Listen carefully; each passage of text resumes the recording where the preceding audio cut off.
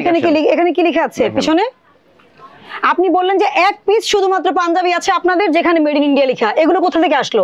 আমি নিয়ে এসেছি? না। তাহলে আপনি কথা কেন বললেন? কি মেড ইন ইন্ডিয়া লেখা না লেখা আপনি বলেন ম্যানেজার সাহেব বলেন।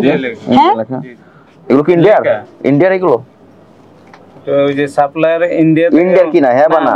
না তাহলে লিখেছেন কেন? এটাই করছেন কেন? ম্যানেজারকে একটু ডাক দেন। ভোক্তা অধিদপ্তরের মনিটরিং একটু ম্যানেজারকে বলেন। ভোক্তা অধিকারের মনিটরিং বুঝতে পারেন নাই? ম্যানেজারকে বলেন।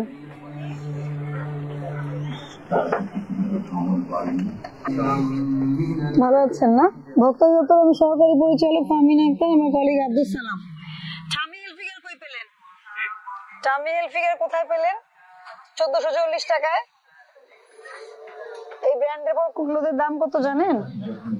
না না, এটা তো আমরা একটা সাপ্লায়ার থেকে আনি। এটা কি আসল না কপি? কপি। কেন কপি? আপনি এই কপি জিনিস বিক্রি করছেন কেন?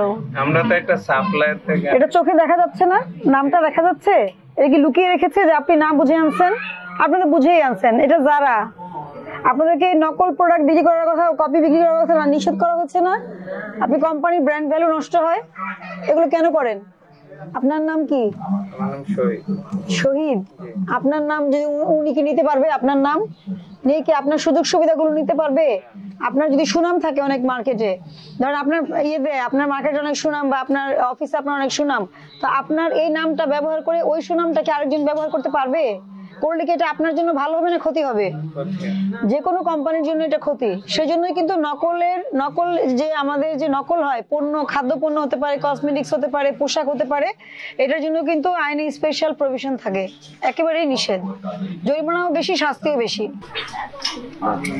এই যে দেখেন প্রত্যেকটারই এই যে প্রাইস, এই যে ট্যাগ একটা উঠানো হয়েছে, যে দাগ প্রত্যেকটারই। সালাম। ঈদ উপলক্ষে নতুন করে লাগিয়েছে। হ্যাঁ, এইটা আপনি কত করে কিনেছেন, কবে ক্রয় করেছেন, কত টাকা বিক্রি করেছেন, আগে আমি এই ডকুমেন্টটাও দেবো। আপনাদের কি ইসিআর মেশিনে বিল হয়?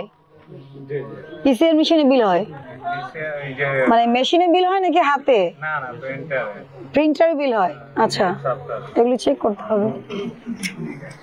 উপরে আবার 1320 দিয়েছেন। এই যে ডবল স্টিকার কেন? স্টিকার প্রত্যেকটাই আরবিতে লিখে করছে। বিক্রির সময় বলতে পারে যেন বাইরের পাঞ্জাবি। এই যে যারা, তারপরে এই যে টামি হেলফিগার, এগুলি কার কাছ থেকে নেন?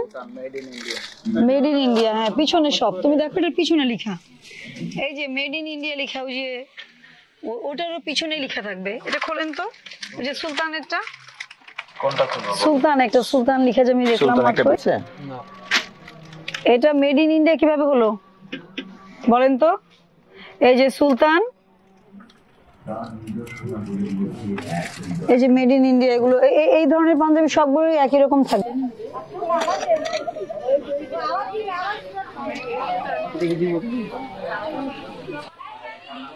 পাকিস্তানি থ্রি পিস আছে বা পাকিস্তানি বা ইন্ডিয়ান নাই, সব দেশি।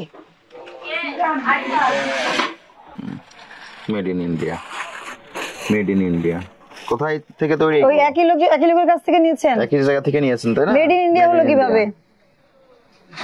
মেড ইন ইন্ডিয়া হলে তাহলে উনাকে বলেন এলসির যে কাগজপত্র আছে, হতে পারে হয়তো উনি আনতে পারে, ওই এলসির কাগজপত্রগুলো নিয়ে আসতে।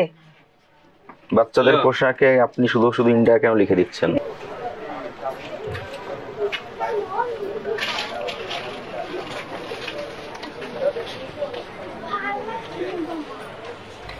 কত বছর এই দোকানের বয়স? দোকানের বয়স কত বছর? 18 সাল থেকে। 18 সাল থেকে এইভাবেই ব্যবসা করে যাচ্ছেন?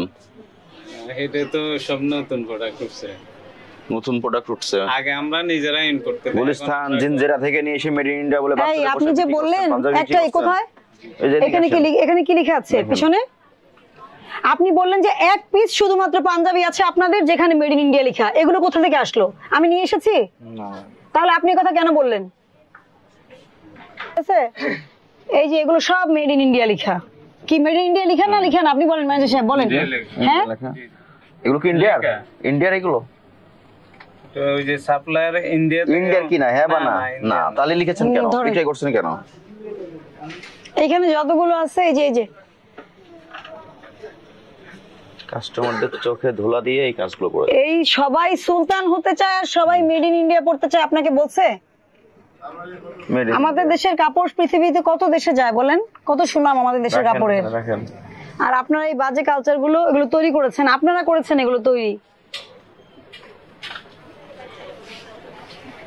দেশি পণ্য গৌরবের সঙ্গে বিক্রয় করবেন, আপনার মিথ্যা ট্যাগ দেওয়ার কি দরকার? এই যে এইখানে আপনি প্রাইস লিখেননি কেন? এই পাঞ্জাবিতে প্রাইস লিখেননি কেন? এটাতে ও আলাদা দিয়েছেন 6120 টাকা। এই পাঞ্জাবিটার ভাউচারটা বের করেন। কাশ্মীর, এটা লেখা কাশ্মীর। ইউনিটি, এই যে ইউনিটি কে কাপড় আছে। ইউনিটি, তাহলে ইউনিটির কাপড় এটা কিনেছেন কত দিয়ে? 750 টাকা দিয়ে, লিখেছেন 1440, ডাবলেরও বেশি। তো আপনি যে এই যে এই পোশাক মেড ইন ইন্ডিয়া যে লেখা, এটা আপনারা এনেছেন বললেন। ওটা তো আমরা তো শিখে রেখেছি। না না, আপনি তো বললেন কিছু টপস আপনারা আনেন, একটু আগেই তো বললেন আপনি। আছে কিছু কিছু আমি এইটা আনছেন কিনা আপনি? এটা না, এটা মেড ইন ইন্ডিয়া, এটা কি আপনি আনছেন, ইন্ডিয়া থেকে আনছেন? এটা আমি আনি নাই, আমি কিছু কিছু টপস আছে ওই যে দেখে ওইটাই বলছি। আপনি যেটা আনবেন কাগজপত্র ঠিক রাখবেন, কোনো সমস্যা হবে না। না, অবশ্যই। আপনি তো অবশ্যই পাকিস্তানি থ্রিপিস বিক্রি করতে পারেন, ইন্ডিয়ানও করতে পারেন, পোশাক বিক্রি করতে পারেন আপনি যা ফ্রি মার্কেট ইকোনমিতে। আপনি হ্যাঁ যা বলছেন আমি স্বীকার করছি, এটা সাপ্লাই থেকে হ্যাঁ, এনেছি যেগুলা। এবং এটা তো কাউন্টারফিট প্রোডাক্ট, এটা তো আপনি জানেন কাউন্টারফিট প্রোডাক্ট। কাউন্টারফিট প্রোডাক্ট আপনি কেন সেল করবেন? কোনো পরিবর্তন হবে? না। কাপড়ের মানের কোনো পরিবর্তন হবে? কিন্তু আরেকজনের নাম দিয়ে মানে সম্মান নষ্ট করে, সুনাম নষ্ট করে এই কাজগুলো করছেন। স্যার এটা 690 টাকা বেশি লিখেছেন আর কি, 1440, কিন্তু এটা তৈরি হচ্ছে মিরপুর 11 নম্বর ওদের পল্লবী, কারখানায়। অথচ লিখে দিয়েছেন মেড ইন ইন্ডিয়া। আপনারা কি করবেন? এক্সাম্পল তৈরি করবেন, ভালো বিজনেস শিখাবেন। এবং স্যার এই বাঁধন ফ্যাশন এবং ইনারা দুইজনেই যোগ সহসে এই কাজগুলো করে আসছে দীর্ঘদিন ধরে। এই যে এই জিনিসটা যদি না দেয়, এটা কি বিক্রি হবে না? বলেন, হবে না? মানুষ যখন ভোক্তারা আসে, অনেকে এই যে কাপড় এরকম দেখে, আপনার স্টিকার ট্যাগ থাকুক, সাইজ ট্যাগ থাকলেই হয়, না, আমি শুধু আসলে- সাইজটা কত। আসলে ওগুলো তো কখনো ইয়ে করে কেন করেন না? কেন করেন না? এই যে এটা মেড ইন ইন্ডিয়া লেখা আছে এখানে, আপনি কি এটা পড়তে পারেন না? শিক্ষিত মানুষ তো। জি, ওনারা দেয়, আমরা বিক্রি করে আসি। আপনার এত সুন্দর একটা শপিং মলে এসে খুঁজে দেখে শুনে ভোক্তা মেড ইন ইন্ডিয়া কিনে নিয়ে যাচ্ছে, কিন্তু আসলে এটা কি মেড ইন কোথায়? মিরপুর, মিরপুর 11, মিরপুর 11, সেকশন 11। এটা একবার পল্লবী। একবারই হয়ে যাবে। উনি কি আপনাকে খুব প্রেসার দিয়েছে, বাধ্য করেছে যে এটা বিশ্বহাই করতে হবে, এইভাবে নিতে হবে, নিতেই হবে? জোরাজোরি আছে? না, না। তাহলে আপনারও তো সদিচ্ছা আছে এই অপরাধে। স্যার যেটা বললো সেটাই আপনাকে অবশ্যই মনে রাখতে হবে। ভোক্তা অধিকারের সুরক্ষার জন্য যা যা করণীয় আপনাকে আমরা পরামর্শ দিয়ে গেলাম, এবং যে ভুলগুলো পেলাম আমরা সর্বোচ্চ শাস্তি আপনাকে দিলাম না, এই জন্য যে আপনি যাতে কিছুটা ইন্সপিরেশন পান, মোটিভেশন পান। আপনাকে ভোক্তা অধিকার সংরক্ষণ আইনের 45 ধারা অনুযায়ী 30,000 টাকা জরিমানা করা হলো। ভবিষ্যতের জন্য সচেতন হবেন।